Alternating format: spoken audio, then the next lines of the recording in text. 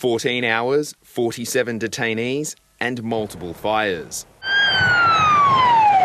It all adds up to a massive damage bill. So the initial estimates are above $30 million worth of damage because the detainees set the place on fire, then they stopped fire trucks coming in, so the fires got worse. Mark McGowan says the facility's control rooms were deliberately targeted.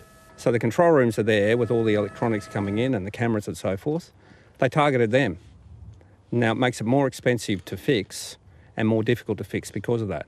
The public can't be asked to be footing the bill for $30 million for an event like this, which was entirely predictable.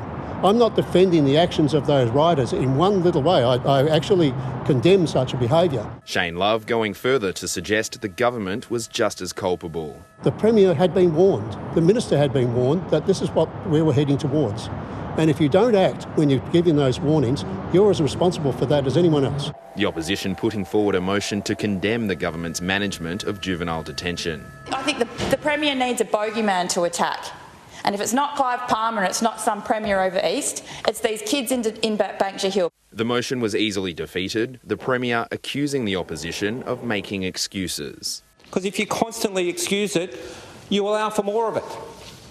Society, in many ways, and some of the people talking about this, have lost their way.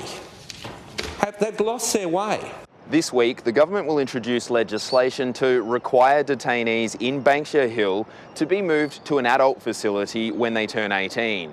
It wants the legislation introduced as a matter of urgency to transfer 17 detainees out of the detention centre and into adult prisons as soon as possible. James Carmody, ABC News.